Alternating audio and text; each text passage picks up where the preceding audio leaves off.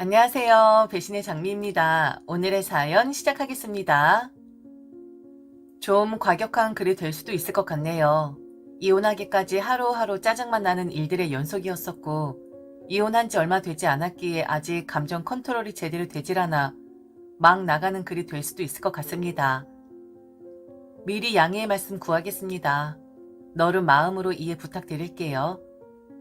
저는 결혼하고 7개월 만에 이혼했습니다. 1년도 못 살고 주변 사람들의 입방아에 오르내리며 있는 쪽 없는 쪽 다 당하면서 이혼녀가 되었는데 그 이유는 제가 더 이상 견딜 수가 없었기에 차라리 주변인들의 손가락질을 받는 것이 낫다 판단을 해서였답니다. 7개월 만에 이혼이라 너무 기가 차는 일이잖아요. 저는 제가 이런 인생을 살게 될 것이라고 생각 못했었어요. 예전엔 욕했었습니다. 결혼 생활 오래 하지 않고 이혼하는 것들 보면 저것들 다 정신 나간 것들이라고, 부모님한테 죄송하지도 않냐고, 얼마나 무계획으로 살았으면 성급하게 결혼해서 저런 꼴을 지 부모들에게 보여줄 수 있는 거냐고, 비난했고 생각 없는 것들이라고 욕했었습니다. 그런데 이제는 제가 그 꼴이 되었네요. 제가 이혼을 한 이유는 바로 저희 시어머니 때문이었어요. 그 시어머니 얼굴만 생각해도 막 끓어오르는 것 같은데 상판떼기만 떠올려도 정말 짜증나는 그런 인간입니다. 제 이야기를 들어보시고 제가 성급했다 생각이 되시면 저를 욕해주시고, 이혼할 만했다 생각이 되신다면 제게 잘했다고 칭찬 한마디씩만 해주세요.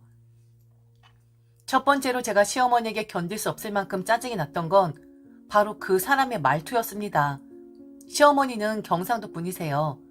사투리 이해하고 말 속도 빠른 거 이해하고 흥분하면 똑같은 말을 반복하면서 하는 것도 이해합니다. 그런데 왜 그러는 건지 모르겠는데 저란 사람을 부를 때마다 니, 야, 니네, 얘 라고 합니다. 무슨 동네 개를 부르는 것도 아닌데 야, 야, 야, 니 라고 악센트 세게 줘서 그리 말을 하는 거예요. 그럼 다른 사람에게도 그리 하느냐? 자기 아들에게는 이름 부르면서 만일 이름이 철수라고 한다면 철수야, 철수야 목소리에서 꿀이 뚝뚝 떨어집니다. 저한테만 그러는 거예요. 그래서 니, 야라고 부르는 대신에 차라리 제 이름을 불러달라고 했어요. 그랬더니 자기 입으로 자기가 편하게 부르겠다는데 네가 무슨 상관이냐고 하는 겁니다. 그래서 저도 그랬습니다. 기분 나쁘다고요. 곱게 부르라는 게 아니라 정확하게 내 호칭을 불러달라는 건데 내가 남도 아니고 며느리인데 왜 자꾸 니니 거리냐고, 그거 아주 듣기 싫다 하니 별거를 다 보겠다고 하는 겁니다. 자기는 그게 편하대요. 만일 자기를 변화시키고자 한다면 맨입으로는 안 되니 자기가 그럼 제 이름을 불러줄 때마다 10,000원씩을 달라는 겁니다. 늙어서 이미 입이 일이 되어 버렸는데 그 말 고치는 게 얼마나 힘든 줄 아냐고. 돈이라도 생겨야 노력을 하지 맨입으로 어느 누가 나이 들어 스스로 힘들게 이미 익어버린 습관을 고치겠냐고 하면서요. 그래서 저도 그럼 앞으로 어머니를 안 부르고 야라고 부르겠다고 했네요. 저도 그게 편하다고요. 그랬더니 뭐 장난하냐는 둥, 어디서 이런 게 들어왔냐는 둥, 지금 시어머니를 야라고 부르겠다고 하는 정신나간 며느리 것이 어디 있냐고 하는데, 그럼 며느리에게 이름 불러줄 테니 그럴 때마다 10,000원씩 달라 하는 시어머니는 제정신인 거냐고 했습니다. 처음부터 서로 막 나가는 그런 사이였어요. 저도 시어머니 안 좋아했던 것 같고 시어머니도 저를 처음부터 좋아하지 않았으니까 저리 부딪힌 거였겠죠. 그리고 집들이 사건, 호칭 사건 때문에 제게 기분이 나빴었는지 집들이 이야기 나오기도 전에 저희 집 들이닥쳐서 저를 부엌에 세워둔 채 잡돌이를 시작하더군요. 부엌 수납장들 다 열어보면서 식구들 오면 이 꼴 보이려고 했냐고, 제대로 정리를 해야지. 왜 다 쑤셔박아 놓았냐고. 음식 만들 생각하지 말고 네가 하는 음식 기대도 안 하니까 호텔 뷔페를 부르라고 하질 않나. 얼마 살지도 않았는데 왜 바닥에 긁힘 자국이 있는 거냐. 네가 산 집 아니면 더 조심히 살아야 하는 거 아니냐는 말을 해대더라고요. 집은 남편이 산 거 맞아요. 결혼 전에 미리 사놓은 집이었고 결혼하면서 신혼집으로 쓰기 위해 대대적으로 리모델링 공사 들어간 집이었습니다. 시어머니 말처럼 제가 산 집 아니니 리모델링 하는 비용은 다 제가 냈었습니다. 그런데 자기 아들이 산 집이니까 저는 그 집에서 조심히 살아야 하는 사람이고 발 뒤꿈치 들고 살아야 하는 그런 사람이더라고요. 리모델링 값이랑 그 집 값이랑 똑같은 취급을 하는 건 어불성설이라고 하면서요. 저랑 시어머니랑 싸우니 가장 피해보는 건 남편이더라고요. 시어머니하고 일 있을 때마다 제가 말할 사람이 누가 있겠어요. 남편밖에 더 있겠어요? 그럼 저도 좀 자중을 했어야 했고 시어머니도 좀 그만했어야 했는데 싸움은 절대로 끝이 나질 않았습니다. 제가 어머니 하면서 고분고분하게 굴고 참았다면 끝이 보였었겠죠. 다만 저만 죽도록 힘들었었겠죠. 그런데 내 엄마 아니고 상식선에서 시어머니란 사람이 과하게 트집을 잡고 있는 거라 생각이 되는데 남편 생각해서 참아야지 라는 생각 전혀 들질 않더라고요.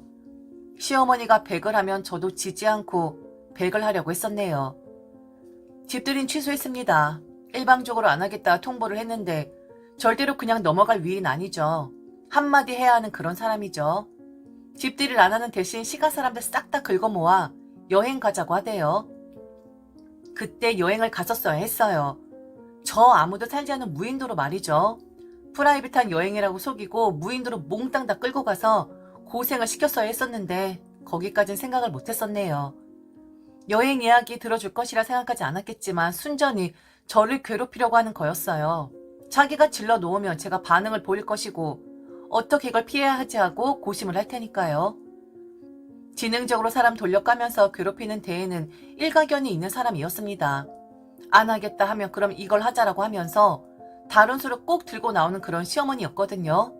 그리고 진짜 유치하게 절대로 친정 식구들 자기 아들 집에 들이지 말라는 말. 자기는 우리 아들이 산 집이니까 수시로 와도 되고 자고 가도 되는 거지만 친정 사람들은 그리하면 안 되는 거라고.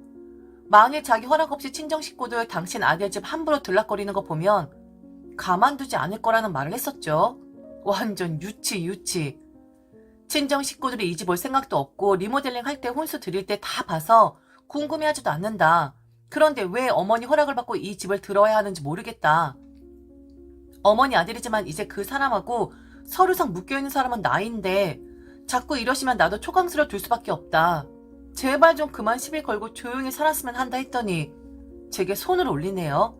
싸가지 없게 한마디도 지지 않는 년이라고 하면서요. 손을 올릴 정도로 제가 그렇게 싫었으면 결혼을 말릴 것이지. 결혼하기 전엔 아무 내색 없다가 저러니까 참 기분이 그렇대요. 그리고 결혼에 실패한 여자들이 항상 하는 말. 저는 그럴 줄 몰랐어요. 갑자기 변하고 갑자기 시비 거는데 어찌할 바를 모르겠더라고요.